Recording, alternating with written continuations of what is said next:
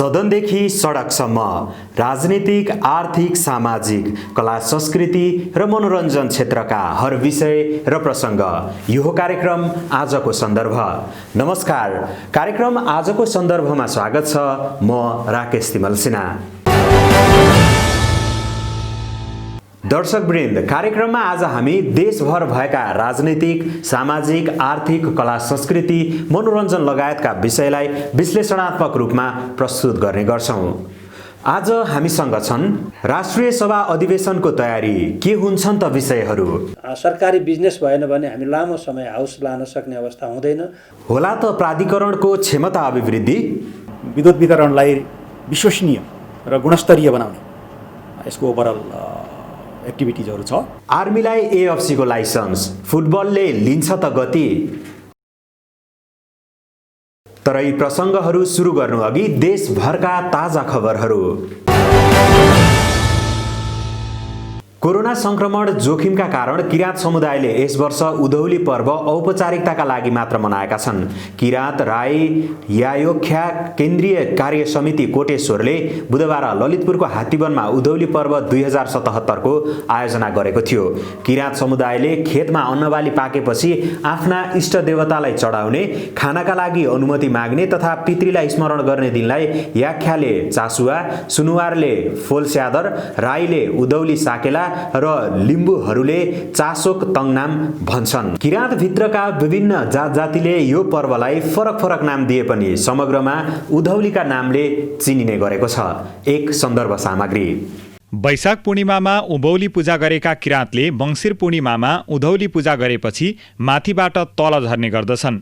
यसलाई पर्यावरण अनुकूलता अनुरूपका कामका रूपमा समेत लिइने किराँत राई यायोख्याका केन्द्रीय उपाध्यक्ष जीवन हाताचोले बताउनुभयो। यस्तै उभौलीमा खेतीपाती राम्रो होस् भनी पूजा गर्ने र उधौलीमा खेतीपाती राम्रो गरेकोमा साकेला भूमिलाई धन्यवाद दिने पर्वका रूपमा मनाउने गरिएको उहाँको भनाइ छ। पितृको मान र प्रकृतिको सम्मानका रूपमा दुवै पर्वलाई किराँतले मनाउने गरेको उपाध्यक्ष हाताचोले बताउनुभयो। किराँतीहरूको यो चाहिँ महान चाड, यो उधौली भन्छ यसलाई। किराँतीहरूको चाहिँ दुईटा महान चाड छ, उभौली र उधौली। उभौली तपाईँको वैशाख पूर्णिमामा गरिन्छ भने उधौली चाहिँ यो चाहिँ मङ्सिर पूर्णिमामा गरिन्छ। र उभौली चाहिँ नै तपाईँको किराँतीहरू प्रकृतिसँग चाहिँ नजिक र खेतीपाती गर्ने भएको कारणले गर्दाखेरि उभौलीमा चाहिँ विशेष गरी चाहिँ अन्नपात छर्नको लागि चाहिँ उभौली चाड मनाइन्छ। र चाहिँ उधौली चाहिँ छैन अन्नपात चाहिँ त्यो चाहिँ फलेको जुन चाहिँ अन्नपात छ त्यसलाई चाहिँ छैन उठाउनको लागि र भूमिलाई चाहिँ धन्यवाद प्रकट गर्दै, आभार प्रकट गर्दै कुलपित्रलाई चढाएर चाहिँ यो उधौली चाहिँ मनाइन्छ। र उधौली चाहिँ खास चाहिँ यो चाहिँ प्रकृतिसँग पनि यो चाहिँ विशेष गरी चाहिँ यसको चाहिँ एउटा रिलेसन छ। जब तपाईँको चाहिँ अलिकति चाहिँ पृथ्वी भूमि चाहिँ तातो हुँदै जाँदाखेरि तपाईँको चाहिँ पशु पन्छीहरू चाहिँ उभो लाग्दाखेरि वैशाख पूर्णिमामा तपाईँको यसलाई चाहिँ उभौली भनिन्छ भने चाहिँ भूमि तपाईँको चिसो भए पछाडि पशु पन्छी प्रकृति भेडीगोठहरू सबै तपाईँको चाहिँ माछा सब चाहिँ तपाईँको चाहिँ उधो तपाईँको चाहिँ तल बेसी झर्ने भएको कारणले यसलाई उधौली भनिन्छ। र यस बेला चाहिँ विशेष गरी तपाईँको चाहिँ समुदायमा चाहिँ माइती चेलीदेखि लिएर सबै समुदायहरू चाहिँ मिलेर तपाईँको चाहिँ यसलाई चाहिँ भेटघाट गरेर साकेला नाच्दै तपाईँको चाहिँ यो उधौलीलाई र उभौलीलाई मनाउने चलन छ। र आजको चाहिँ उधौली चाहिँ चाड हो भन्ने चाहिँ यहाँलाई भन्न चाहन्छु। भूमि पूजाका लागि बिहानैदेखि किराँत महिला तथा पुरुषहरू जातीय वेशभूषामा सजिएर च्याम्ब्रुङ, ढोल, झ्याम्टासहित बाजाको तालमा नाच्दै पर्व मनाउने ठाउँमा पुग्दछन्। पूजापछि आफ्नो परम्परा अनुरूप चण्डी नाच, च्याङब्रङ नाच, ढोल नाच लगायतका नाच नाचेर मनोरञ्जन गर्दछन्। किराँतहरूले विगत वर्षमा उधौली पर्व भव्यताका साथ मनाउने गरेकोमा यस वर्ष कोरोना संक्रमण जोखिमका कारण चाडपर्व मनाउँदा सरकारले आवश्यक स्वास्थ्य मापदण्ड पालना गरेर मनाउन आग्रह गरेकाले औपचारिकताका लागि सीमित संख्यामा भेला भएर मनाइएको सुनुवार सेवा समाजका अध्यक्ष रणवीर सुनुवारले जानकारी दिनुभयो। यो हामी किराँतीहरूले चाहिँ एकदम भव्यताको साथ मनाउनु पर्ने हो। तर यसपालि चाहिँ अब यो कोभिडको महामारीको कारणले गर्दाखेरि जुन हिसाबले मनाउनु पर्ने त्यो हिसाबले चाहिँ मनाउनु सकिएन। सबैलाई नै हामी संस्थागत नै सबैलाई आफ्नो उसो गरेर दूरी मेन्टेन गरेर चाहिँ चाडबाड मनाउनु भनेर हामीले सूचना नै जाहेर गरेको हुनाले यो हिसाबले हामीले चाडबाड मनायौँ। जसर्थ अब सबैलाई पनि स्वदेश तथा विदेशमा बस्नुहुने सम्पूर्ण किराँती दाजुभाइ तथा दिदीबहिनीहरू र गैर किराँतहरू सबैमा यसरी हामीले चाड नमनाए यसरी भव्य गरेर नमनाउँदाखेरि पनि हामी पूजापाठ साधन प्रकृति पूजा गरेर यसपालिको चाड मनाएको छौँ। यसको उपलक्ष्यमा स्वदेश तथा विदेशमा बस्ने सम्पूर्णलाई म संस्थागत र व्यक्तिगत तर्फबाट यस्तै लिम्बूहरूले युमा सामाङ थेवा सामाङलाई आफ्नो इष्ट देवता मान्दछन् भने किराँत तागेरा निङवा फोमाङलाई आफ्नो देवताका रूपमा पुज्ने गर्दछन्। तागेरा निवा फुमाङलाई आकृति बिनाको अदृश्य शक्ति मानिने भएकाले मूर्ति वा प्रतिमा नहुने भनाइ छ। नेपालमा बुधबार थप 511 जनामा कोरोना भाइरस संक्रमण पुष्टि भएको छ। देशका विभिन्न स्थानमा रहेको प्रयोगशालाहरूमा गरिएको परीक्षणमा 204 जना महिला र 307 जना पुरुषमा संक्रमण पुष्टि भएको स्वास्थ्य मन्त्रालयले जानकारी दिएको छ। त्यस्तै काठमाडौँ उपत्यकामा 312 जना कोरोना संक्रमित थपिएका छन्। संक्रमित मध्ये काठमाडौँका 225, ललितपुरका 49 र भक्तपुरका 38 जना रहेका छन्। यो सँगै नेपालमा कोरोना संक्रमितको संख्या 2,60,059 पुगेको छ। त्यस्तै कोरोनाका कारण थप 7 जनाको मृत्यु भएको छ। नेपालमा हालसम्म कोरोनाबाट मृत्यु हुनेको संख्या 1847 पुगेको छ। नेपालमा थप 600 जना कोरोना मुक्त भएका छन् भने 2,51,912 जना कोरोना मुक्त भएका छन्। नेपालमा हाल 6,300 जना आइसोलेसनमा रहँदा 362 जना क्वारेन्टिनमा रहेका छन्। नेपालमा हालसम्म 19,26,477 वटा PCR परीक्षण गरिएको स्वास्थ्य मन्त्रालयले जनाएको छ।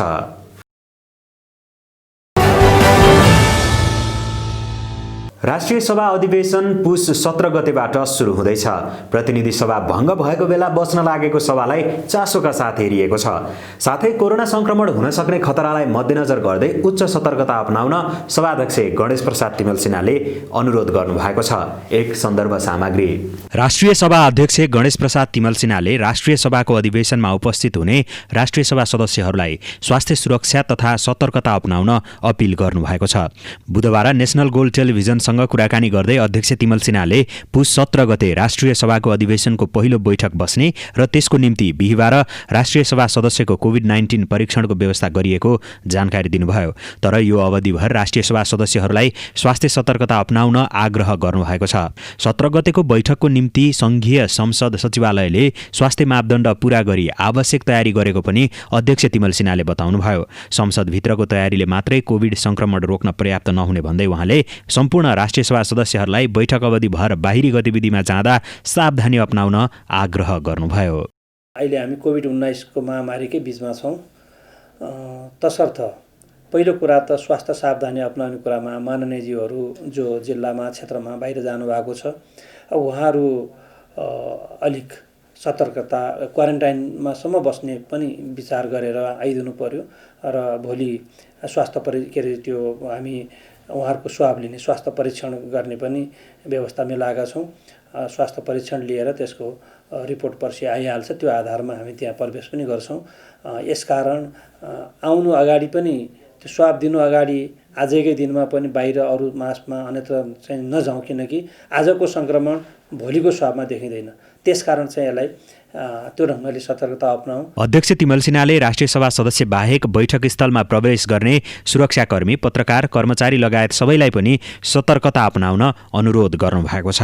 सुरक्षाकर्मी, सचिवालयका कर्मचारी, पत्रकार मित्रहरू सबै त्यो त्यहाँ जान्छौँ। उहाँहरू उच्च सतर्कता साथ जानु पर्यो। दूरी कायम राखिदिने, मास्कको अनिवार्य प्रयोग गरिदिने, त्यहाँ व्यवस्था गरेको सेनिटाइजर छ त्यसलाई प्रयोग गर्ने, यति कुराहरू गऱ्यौँ भने सचिवालयको तर्फबाट स्वास्थ्य मापदण्डका सबै प्रक्रियाहरू पुरा गर्ने गरी त्यो व्यवस्थापन हामीले मिलाएका छौँ र त्यहाँ भित्रकोले मात्रै पर्याप्त हुँदैन। बाहिर जब हामी त्यहाँबाट निस्कन्छौँ, हामी घरमा जान्छौँ, बाहिर जान्छौँ, अरू गतिविधिमा जाँदा पनि त्यत्तिकै सावधानी अपनाउनु पर्ने हुन्छ। अध्यक्ष तिमल सिन्हाले स्वास्थ्य सावधानी अपनाउन सकेको खण्डमा राष्ट्रिय सभाको यस अधिवेशनलाई स्वास्थ्यको कारण आउने बाधा बिना नै अगाडि बढाउन सकिने विश्वास व्यक्त गर्नुभयो। साथै उहाँले प्रतिनिधि सभा नभएको अवस्थामा बिलहरू दुवै सदनबाट पास गरेर ऐन बनिहाल्ने अवस्था नभएको उल्लेख गर्दै सरकारी बिजनेस भएन भने सदन लामो समय लैजान नसकिने बताउनुभयो। केही बिलहरू अहिलेको अवस्था अलिकति अब प्रतिनिधि सभा नबग्दा बिलहरू तल गएर दुवै सदनबाट पास गरेर ऐन बनिहाल्ने स्थिति त छैन। तर पनि सरकारी बिजनेस भएन भने हामी लामो समय हाउस लान सक्ने अवस्था हुँदैन, जसले गर्दाखेरि जनताका आवाजहरू देश र जनताका जल्दाबल्दा समस्या, सरकारकै बारेमा पनि नागरिकका चासोहरू आफ्ना प्रतिनिधि मार्फत सदनमा व्यक्त हुने अवसर लामो समय पाउन सकिँदैन। छोटो हाउस हो भने छोटो मात्रै ती व्यक्त हुन्छ। यसकारणले त्यस्ता विषयहरू जसलाई हामीले हाउसमा ल्याउँदाखेरि पनि सरकारलाई सहजता हुन्छ, ऐनहरू बन्ने प्रक्रियामा एउटा जान्छन् र अनि त्यसको माध्यमबाट जनताका कुराहरू माननीयले राख्न पाउने एउटा अवस्था बन्छ। त्यतातिर पनि सरकारले पनि ध्यान दिनेछ। म सबैसँग यही विनम्र आग्रह गर्न चाहन्छु। राष्ट्रिय सभा अधिवेशन पौष 17 गते अपराह्न 4 बजेको निम्ति आह्वान भएको छ। प्रतिनिधि सभा विघटनपछि पहिलोपल्ट बस्न लागेको राष्ट्रिय सभाको यस अधिवेशनलाई राजनीतिक वृत्त तथा आम नागरिक तहमा निकै चासोका साथ हेरिएको छ। नेकपाको प्रचण्ड नेपाल समूहका नेता झलनाथ खनालले प्रधानमन्त्री केपी ओलीको तानाशाही प्रवृत्तिलाई जनताको बलबाट ध्वस्त पार्नुपर्ने बताउनु भएको छ। बुधबार बागमती प्रदेशको अखिल नेपाल महिला सङ्घको अगुवा कार्यकर्ता भेलालाई सम्बोधन गर्दै नेता खनालले जनताको शक्तिलाई परिचालन गरेर प्रधानमन्त्री ओलीको प्रतिगमनलाई ध्वस्त पार्नुपर्ने बताउनु भएको हो। उहाँले नेपालमा रहेको 100 वर्षको राणा शासन, पञ्चायती शासन र ज्ञानेन्द्र शाहलाई जनताको बलमा पराजित गरेको भन्दै यसलाई पनि जनताको बलबाट ध्वस्त पार्नुपर्ने उल्लेख गर्नुभयो। त्यस्तै नेता खनालले मुलुकमा स्थायित्व कायम गर्न संविधानमा 5 वर्षसम्म संसद विघटन गर्न नसक्ने व्यवस्था भएको भन्दै उहाँले प्रधानमन्त्रीलाई संसद विघटनको अधिकार नरहेको दावी गर्नुभयो। प्रधानमन्त्रीले संविधानको बलात्कार गरेर संविधानको मर्म र भावना विपरीत संसद विघटन गरेको भन्दै लोकतन्त्र र संविधानलाई बचाउनु पर्नेमा जोड दिनुभयो। संविधान र लोकतन्त्रको रक्षा गर्न नसके अस्थिरतातर्फ देश धकिलिने भन्दै उहाँले यसका विरुद्धमा लड्नुपर्ने अवस्था आएको बताउनुभयो। त्यस्तै नेता खनालले प्रधानमन्त्री ओलीको प्रतिगामी प्रवृत्ति लोकतन्त्र र आम जनताको इच्छा र आकांक्षा विपरीत रहेको भन्दै जनताको बलिदानबाट प्राप्त उपलब्धि रक्षा गर्न अगाडि बढ्नुपर्ने आजको आवश्यकता रहेको बताउनुभयो। उहाँले बालुवाटारमा गरिएको ओली पक्षको भेला संविधान र लोकतन्त्र विरोधीको भेला भएको समेत टिप्पणी गर्नुभयो। त्यो संविधान बनाउँदा केपी ओली पनि त्यो संविधान सभाको सदस्य थिए र उनले पनि त्यो संविधान सभाको निर्माण गरिसकेपछि उनले पनि हस्ताक्षर गरेका छन्। तर आज आफ्नै हस्ताक्षरलाई उनले चाहिँ नि बलात्कार गरेका छन्, त्यसलाई अस्वीकार गरेका छन्, त्यसमाथि आक्रमण गरेका छन् र संविधानको मर्म र भावनाका विपरीत उनले अहिले फेरि संसदको विघटन गरेका छन्। कमरेडहरू, यो संसदको विघटन भनेको यो संविधानको विघटन हो वास्तवमा। नेपाली कांग्रेसले यो वर्षको राष्ट्रिय एकता मेलमिलाप दिवसलाई सरकारले गरेको गलत कदमलाई लिएर राष्ट्रिय एकताको रूपमा मनाउने भएको छ। बुधबार नेशनल गोल्ड टेलिभिजनसँग कुराकानी गर्दै नेपाली कांग्रेसका प्रवक्ता विश्वप्रकाश शर्माले सरकारको अलोकतान्त्रिक कदमको विरोधका लागि जनतालाई एकत्रित गर्न यो वर्षको मेलमिलाप दिवस केन्द्रित हुने बताउनु भएको हो। कांग्रेसले 2033 साल पुस 17 गतेदेखि हरेक वर्ष सोही दिन राष्ट्रिय एकता तथा मेलमिलाप दिवस मनाउँदै आएको छ। यो वर्ष मेलमिलाप दिवसको कार्यक्रम 77 वटै जिल्लामा मनाउने निर्णय कांग्रेसले गरेको छ। यो पटक नेपाली कांग्रेस केन्द्रीय समितिले गरेको निर्णय बमोजिम 77 जिल्लामा एकसाथ मेलमिलाप दिवसको कार्यक्रम हुँदैछ। कति बेला यो बेलामा जिज्ञासा छ कि संसद विघटन भएको बेला, राजनीतिक दलहरूको बीचमा द्वन्द्व भएको बेला नेपाली कांग्रेस पार्टीले मेलमिलापको नीतिको कार्यक्रम गर्दै गर्दा मेलमिलापको खोजी कोसँग गर्दैछ? यसलाई मैले पार्टीको तर्फबाट प्रस्ट्याउन चाहन्छु कि नेपाली कांग्रेस पार्टीले मेलमिलापको नीति बीपी कोइरालाको अगुवाईमा 2033 सालमा लिँदै गर्दा निश्चित राजनीतिक दललाई या निश्चित राजनीतिक शक्तिलाई होइन, बीपीले जनतालाई केन्द्रमा राख्नु भएको थियो, प्रजातन्त्रलाई केन्द्रमा राख्नु भएको थियो। बीपी कोइराला पछाडि गिरिजाप्रसाद कोइरालाले 62-63 को आन्दोलनभन्दा अगाडि माओवादीसँग 12 बुँदे समझदारी गरिरहँदै गर्दा माओवादीलाई होइन, सत्तालाई होइन, सिद्धान्तलाई केन्द्रमा राख्नुभएको थियो र त्यो बेलामा पनि मेलमिलाप नीतिको चुरोमा जनता थिए, लोकतन्त्र थियो। अहिले यो बेलामा संसदको असंवैधानिक ढङ्गले विघटन गर्ने कदम प्रधानमन्त्रीले चालिसकेपछि अलोकतान्त्रिक र सर्वसत्तावाद उन्मुख यो कदम हो भनेर नेपाली कांग्रेस पार्टीको पदाधिकारी र पूर्व पदाधिकारीहरूको बैठकले निर्णय गरिसकेपछि हामी देशव्यापी प्रदर्शन भर्खरै 165 क्षेत्रमा सम्पन्न गरिसकेपछि पुस 16 गते मेलमिलाप दिवस मनाउँदैछौँ र यो दिवस मनाइरहँदै गर्दा हामी अमुक कुनै राजनीतिक दलसँग मेलको कुरो या अमुक कुनै राजनीतिक दलसँग दूरीको कुरोमा छैनौँ। हामी अहिले पनि लोकतन्त्रलाई केन्द्रमा राख्दछौँ, जनतालाई केन्द्रमा राख्दछौँ र मेलमिलाप दिवस पुस 16 गते मार्फत देशभरिको कार्यक्रम मार्फत हामी एउटै अपिल गर्न चाहन्छौँ। अहिले संविधान अप्ठ्यारोमा परेको बेला, संसदलाई विघटन गरिएको बेला, जनतालाई केन्द्रमा राखेर, लोकतान्त्रिक सिद्धान्तलाई केन्द्रमा राखेर, यो संविधानको भविष्यलाई केन्द्रमा राखेर हामीले समग्रतामा एउटा सैद्धान्तिक बृहत्तर एकताको खोजी गर्नुपर्छ। मेलमिलापको नीतिको त्यसैले बीपीले त्यो बेलामा बीजारोपण गर्नुभएको जे बिउ थियो, बीपीले बीजारोपण गर्नुभएको जे नीति थियो, त्यसको सान्दर्भिकता अहिले पनि छ र नेपाली कांग्रेस पार्टी राष्ट्रिय एकता तथा मेलमिलाप दिवसको अवसर पारेर सबै आदरणीय नेपाली दिदीबहिनी दाजुभाइहरू जो स्वदेशभित्र हुनुहोला या स्वदेश बाहिर हुनुहोला, सबैलाई यो देशको समुन्नति, यो देशको भविष्यका लागि लोकतान्त्रिक संविधानको रक्षा, लोकतान्त्रिक प्रक्रियाको रक्षा, असंवैधानिक कदमको विरुद्धको अभियान, यसमा जुट्नका लागि र त्यो जुटेर त्यो एउटा मेल गरेर एउटा भविष्य, नेपालको समुन्नत भविष्य संसदीय लोकतान्त्रिक सङ्घीय लोकतान्त्रिक गणतन्त्रको प्रक्रिया मार्फतबाट खोज्नका लागि अपिल गर्ने क्रममा छ। मेलमिलाप दिवसको अवसरमा नेपाली कांग्रेस पार्टीको तर्फबाट हामी सबै लोकतन्त्रवादीहरूलाई र लोकतान्त्रिक प्रक्रियाभित्र रहेकाहरूलाई र लोकतान्त्रिक प्रक्रिया बाहिर रहेकालाई पनि अन्ततः लोकतान्त्रिक प्रक्रियाको मूल बाटो, मेलमिलापको यो मूल बाटोभित्रै सहभागी बन्नका लागि अपिल गर्न चाहन्छौँ, आग्रह गर्न चाहन्छौँ। राष्ट्रिय एकता तथा मेलमिलाप दिवसको हार्दिक शुभकामना दिन चाहन्छौँ। धन्यवाद। जय नेपाल। एसियाली विकास बैंक र अर्थ मन्त्रालय बीच विद्युत ग्रिड आधुनिकीकरण योजनाका लागि सहुलियतपूर्ण ऋण सहायता परिचालन गर्ने सम्बन्धी सम्झौता भएको छ। बुधबार अर्थ मन्त्रालयमा आयोजित कार्यक्रममा मन्त्रालयका सहसचिव श्रीकृष्ण नेपाल र एसियाली विकास बैंक नेपालका कार्यालय प्रतिनिधि रुदी लुइस ह्यान्ड्रिक्स भान्देलले हस्ताक्षर गर्नुभएको छ। सम्झौता अनुसार एसियाली विकास बैंकले 156 मिलियन अमेरिकी डलर सहुलियतपूर्ण ऋण सहायता उपलब्ध गराउनेछ। अर्थ मन्त्रालयका सहसचिव नेपालले एडीबीबाट प्राप्त ऋण सहायतामा नेपाल सरकार र नेपाल विद्युत प्राधिकरणले थप लगानी गरेर 195 मिलियन अमेरिकी डलरको परियोजना कार्यान्वयनमा ल्याउने बताउनुभयो। यो आयोजनाले विद्युत वितरण सम्बन्धी 3वटा मुख्य क्रियाकलापलाई जोड दिएको छ। विद्युत सबस्टेशनलाई स्वचालित बनाउने, विद्युत वितरणलाई विश्वसनीय र गुणस्तरीय बनाउने काम आयोजनाले गर्ने सहसचिव नेपालले बताउनुभयो।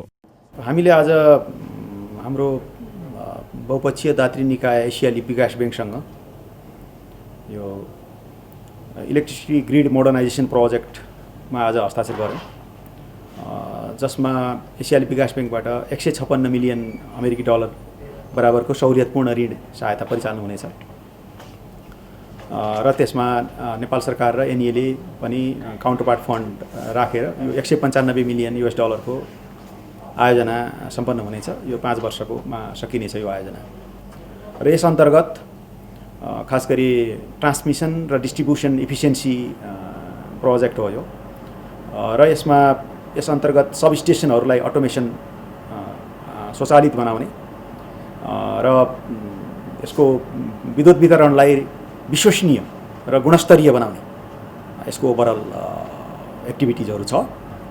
3टा मेजर एक्टिभिटिजहरूमा यो प्रोजेक्टले सपोर्ट गर्छ र यसले चाहिँ एनईएको संस्थागत क्षमता अभिवृद्धि गर्नलाई समेत सहयोग पुर्याउँछ।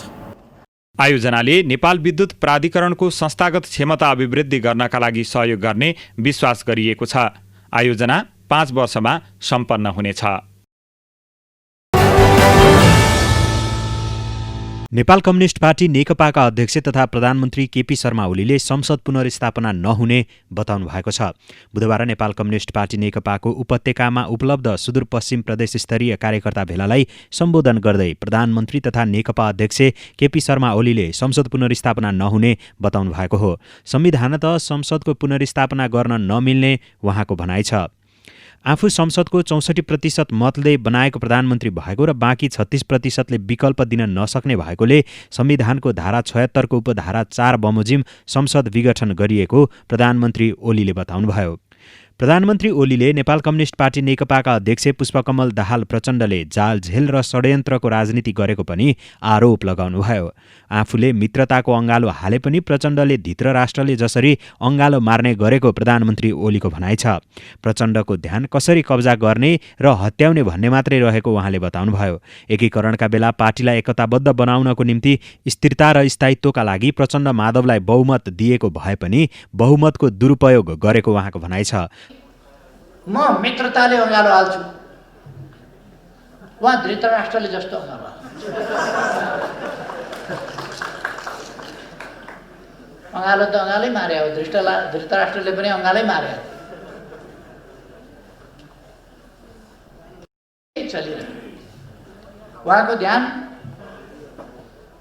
कसरी कब्जा गर्ने, कसरी हत्याउने, त्यो मात्रै हुँदो रहेछ। मैले उहाँलाई अनेक सम्झाएँ, यो षड्यन्त्रकारी प्रवृत्ति छोड्नुहोस्, यो जालझेल षड्यन्त्र र टिकरमको राजनीति छोड्नुहोस्। राजनीति भनेको धोका र बेइमानी मात्रै होइन, त्यसैमा नकुद्नुहोस्। राजनीति भनेको इमान्दारिताका साथ देश र जनताको सेवा गर्नु, त्यसमा लाग्नु। यी 3 वर्षमा मेरा डोब साबुनका धेरै डल्लाहरू खर्च भए, धेरै स्याम्पू खर्च भयो, ड्रमका ड्रम पानी, ट्याङ्कीका ट्याङ्की पानी खत्म भयो। उहाँलाई धुँदा साबन लायो पखालो जस्ता, साबन लायो पखालो जस्ता। प्रधानमन्त्री ओलीले लोकतन्त्रमा जनताबाट बेला बेलामा अनुमोदित भइरहनु पर्ने बताउँदै निर्वाचनको तयारी गर्न प्रचण्ड माधव पक्षलाई आग्रह गर्नुभएको छ। चुनाव गर्दा लोकतन्त्र गणतन्त्र नसकिने ओलीको भनाइ छ। ओलीले प्रचण्ड माधव पक्षले पार्टी एकतालाई टुङ्ग्याउन नदिएको, संवैधानिक आयोगलाई पूर्णता दिन नचाहेको तथा प्रधानमन्त्री विरुद्ध अविश्वासको प्रस्ताव दर्ता गर्न खोजेको, राष्ट्रपति लगायत संवैधानिक आयोगहरूलाई महाअभियोग लगाउन खोजिएको बताउनुभयो। उहाँले आगामी चुनाव निष्पक्ष र धाँधलीरहित रहने पनि जिकिर गर्नुभयो। प्रधानमन्त्री ओलीले सरकारले विकास निर्माणको कामलाई तीव्रता दिएको बताउनुभयो। सडक पूर्वाधारमा धेरै विकास गरेको र आगामी दिनमा पूर्व पश्चिम रेलमार्ग, उत्तर दक्षिण रेलमार्ग बन्ने बताउनुभयो। कोभिड-19 को संक्रमण दर तथा मृत्यु दरमा कमी गराएको तथा भूकम्पपछिको पुनर्निर्माणको काममा सफलता पाएको उहाँको भनाइ छ। सरकार विरुद्धको प्रदर्शनमा कविहरूले सडकमा कविता वाचन गरेका छन्। बुधबार अपराह्न काठमाडौँको माइतीघर मण्डलामा भेला भएका कविहरूले सरकारले प्रतिनिधि सभा विघटन गरेको विषयलाई केन्द्रित गरेर कविता वाचन गरेका हुन्। पुतला अलिकति उखेलिएको जङ्गबहादुर जुङ्गा, मानसमा ठडिरहेको पृथ्वीनारायण औँला, फाटिसकेको महेन्द्रीय लबेदा तालो र अन्तिम श्रीपेजको झरिसकेको एउटा कल्की, यी सब पहिरेर यसरी बीच सडकमा ठिङ्ग उभिने त्यो को हो? यसरी बीच सडकमा ठिङ्ग उभिने त्यो को हो? तपाईँ भ्रममा पर्नुभयो कविजी, यो त कोही होइन, भगत एउटा पुतला हो जो दिन दहाडै सडक सडकमा नक्कल गरिहिँड्छ मालिकको। त्यसो भए यो अन्तिम कविता हुनेछ त्यसको नाममा, त्यसो भए यो अन्तिम कविता हुनेछ त्यसको नाममा, अन्तिम गाली हुनेछ त्यसलाई सराप्न, अन्तिम नारा हुनेछ त्यसलाई सुनाउन र अन्तिम थुक हुनेछ त्यसको अनुहारमा थुक्न। किनभने कविता, गाली, नारा, थुक सब मानिसले आर्जन गरेका मानिसकै भाषाहरू हुन् जो त्यसलाई पटक्कै सुहाउँदैन। बरु छ कोहीसँग भने ल्याऊ एक काँटी सलाई, बस यति भए त्यसको लागि काफी हुन्छ। किनभने पुतलाले आगोको भाषा मात्रै बुझ्छ, पुतलालाई आगोको भाषा मात्र सुहाउँछ। धन्यवाद। चाहन त म शासक नभएको संसार चाहन्छु, तर हाल तत्काल अलिकति सभ्य बनाउन चाहन्छु शासकलाई, अलिकति सोमत पियाउन चाहन्छु, अलिकति बेहोरा सिकाउन चाहन्छु। मसँग बोल्नका निम्ति आविष्कार गरोस् एउटा भाषा जो टुङ्गिँदैन सदा सर्वदा आमाको जननेन्द्रियमा पुगेर, जसले भिराउँदैन मलाई कुनै दुखी देव उद्यमीसँग छोराको सानो। मौसलाई शीतल चन्द्रमा, मुस्कानरत फुल, क्रीडामग्न शिशु, बुलन्द कविताको हरफ देखाउँछु। ऊ भने बुट, लट्ठी, मुक्का, लात, सङ्गीन, बन्दुक, तोप देखाउँछ। चङ्गेज खान बास बसेको क्रोमोजोमको करामत देखाउँछ। शासकले अन्तत औकात देखाउँछ। मौसलाई पृथ्वी देखाउँछु र भन्छु, हेर हेर यहाँ म पनि छु। मौसलाई पृथ्वी देखाउँछु र भन्छु, हेर यहाँ म पनि छु। मसँग चाल मिलाउँदै घुमिरहेछ यो अनवरत। म नभएको दिन एक चिम्टी नै सही उदास हुन्छ यो।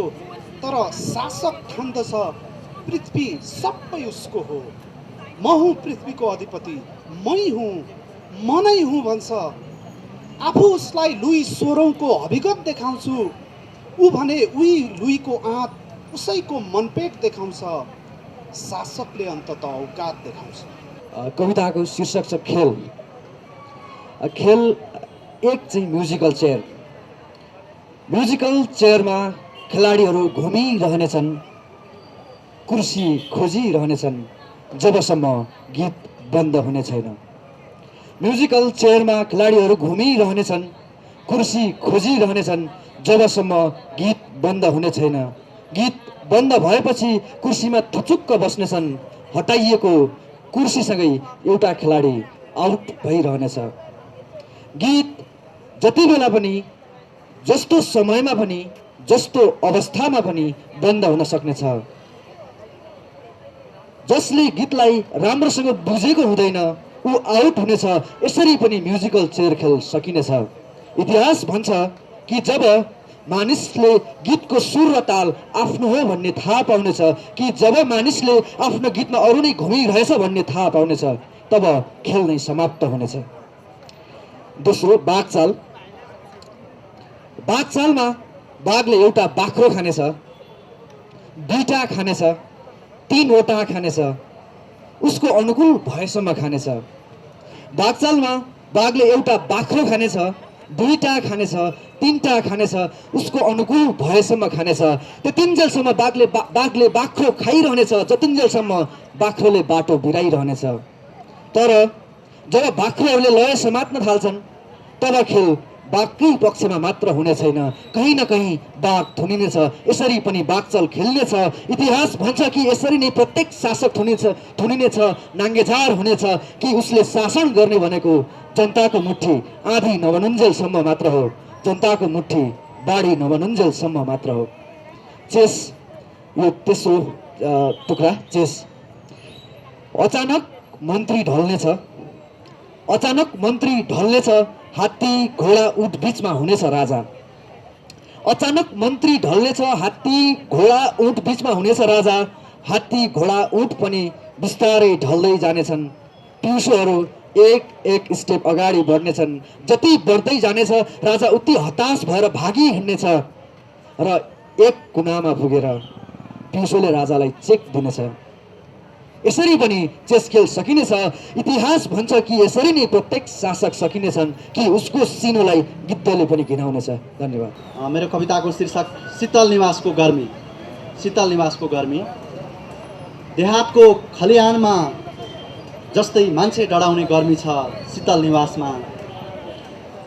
नेपालगञ्ज, वीरगञ्ज वा अमलेखगञ्जतिर बरु खुब शीतल छ मौसम, तर महाराजगञ्जको शीतल निवास चाहिँ सधैँ गर्मी छ।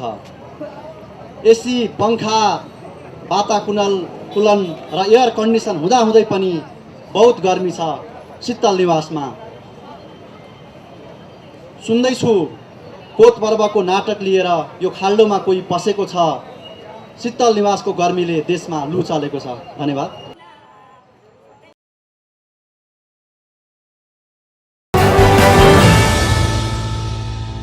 अखिल नेपाल फुटबल संघ एन्फाका अध्यक्ष कर्मा छिरिङ शेर्पाले विभागीय टोली त्रिभुवन आर्मी फुटबल क्लबलाई बुधबार एसियाली फुटबल महासंघ एएफसीले दिएको प्रमाणपत्र हस्तान्तरण गर्नुभएको छ।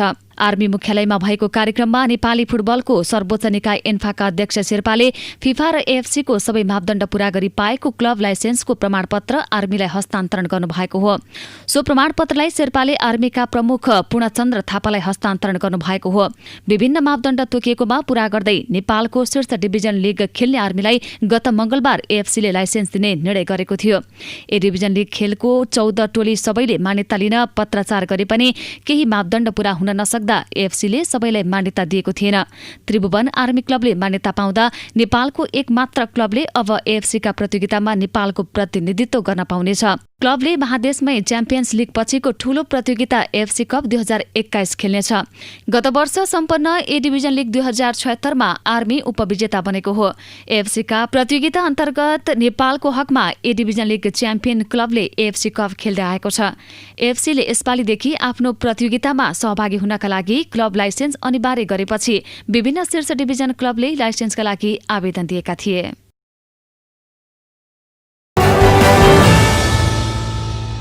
हवस् त कार्यक्रम आजको सन्दर्भ यति नै। कार्यक्रम कस्तो लाग्छ प्रतिक्रिया सल्लाह सुझाव दिनका लागि हामीलाई फेसबुक र युट्युबमा पनि फलो गर्न सक्नुहुनेछ। कार्यक्रमबाट म राकेश तिमल सिन्हा पनि बिदा हुन चाहन्छु। हेर्दै रहनुहोला नेशनल गोल्ड टेलिभिजन। नमस्ते।